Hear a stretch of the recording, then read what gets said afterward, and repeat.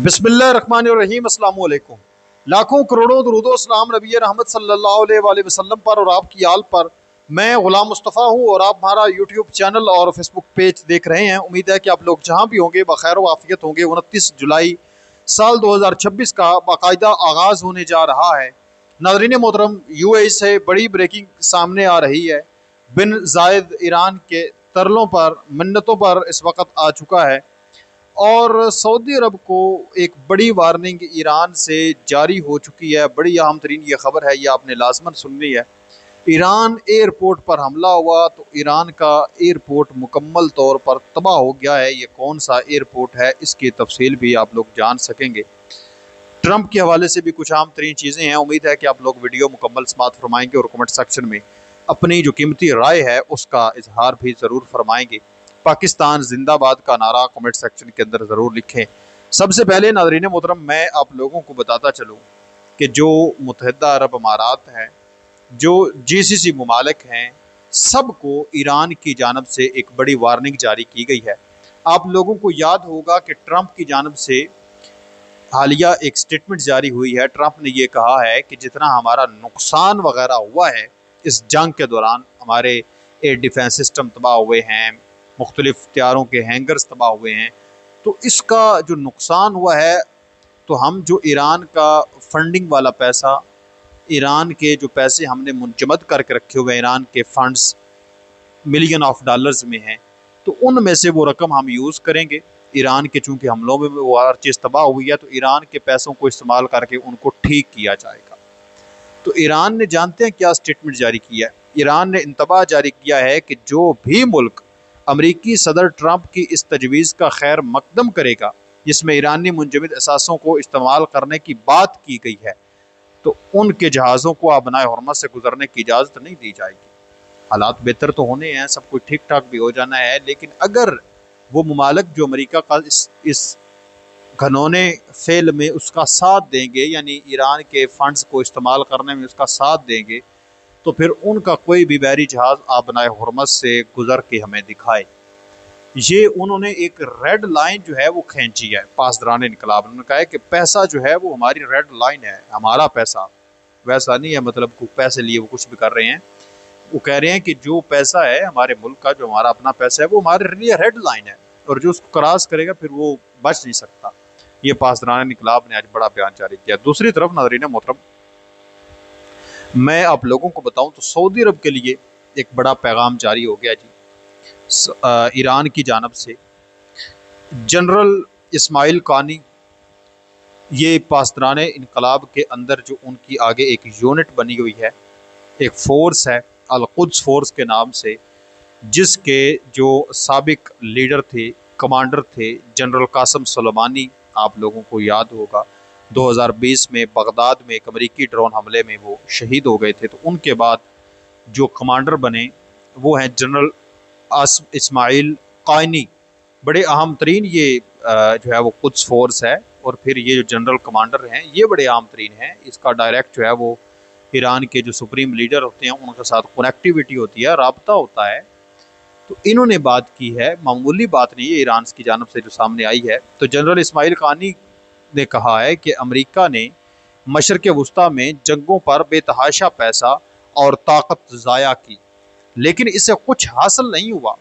Saudi अरब को भी America की इसी नाकामी से सबक सीखना चाहिए और अपनी दौलत को जंगों में बर्बाद नहीं करना चाहिए। उनका कहना है कि सऊदी अरब ने यमन पर जो इक़्तिसादी और फ़ौजी पाबंदियाँ लगा रखी हैं, यानी जो मुहासरा यमन का करके रखा हुआ है, उससे वहाँ के 38 मिलियन तकरीबन 3 करोड़ 80 लाख मुसलमान शदीद मुश्किलात का शिकार हैं। इस इंसानी बहरान को अब ख़त्म होना चाहिए। तकरीबन 13 साल हो गए हैं। तो वो कह रहे हैं कि 13 साल से, गुज़श्ता 13 सालों से उन्होंने जो मुहासरा करके रखा हुआ है सऊदी अरब ने यमन का, तो उससे 38 मिलियन मुसलमान जो हैं वो परेशान हैं, मुश्किलात का शिकार हैं, तो उनको ख़त्म करना चाहिए। वो याद दिला रहे हैं कि सऊदी अरब ख़ुद को मक्का और मदीना का खादमीन हरमैन शरीफैन कहता है, इसलिए इस मुसलमानों पर दबाव डालने के बजाय इस ताकत और पैसा इसराइल के ख़िलाफ़ और गज़ा मुसलमान फ़लस्तीन के मजलूम मुसलमानों की मदद के लिए इस्तेमाल करना चाहिए। ये जनाबे वाला जो अल-कुद्स फोर्स के उनके लीडर हैं, कमांडर हैं, जनरल कमांडर हैं कासिम सुलेमानी के बाद जो बने, उन्होंने ये स्टेटमेंट जारी की है। आप उनकी स्टेटमेंट से कितना इत्तफाक करते हैं, कितना इत्तफाक नहीं करते, क्या कहना चाहेंगे, मुझे कमेंट सेक्शन के अंदर ज़रूर बताइएगा। नाज़रीन मोहतरम, इसके साथ साथ मैं आप लोगों को बताता चलूँ कि जो यूएई है वो ईरान के तरलों पर भी आया हुआ है और दूसरी तरफ अमेरिका के जो हवारी हैं, जो फेक स्टेट वाले हैं, उनके साथ भी ताल्लुकात को मजबूत कर रहा है। और ईरान की जानब भी उसने खैर मकदम के लिए हाथ जो है वो बढ़ाया हुआ है इस्लाम के लिए कि मामलात हर तरफ जो है वो अब बेहतरी की तरफ लौटने चाहिए। दुबई इस पॉलिसी पर काम कर रहा है।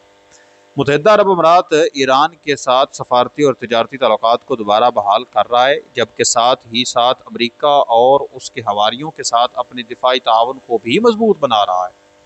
अमेरिका और ईरान के दरमियान जंग बंदी के बाद से यूएई ने ईरान के साथ कुछ तजारत बहाल कर दी है और ईरानी प्रवासें दोबारा शुरू कर दी हैं और हज़ारों ईरानी बाशिंदों को वापस आने की इजाज़त भी दे दी है। फाइनेंशियल टाइम्स ने ये रिपोर्ट जनाबे वाला जारी कर दी है।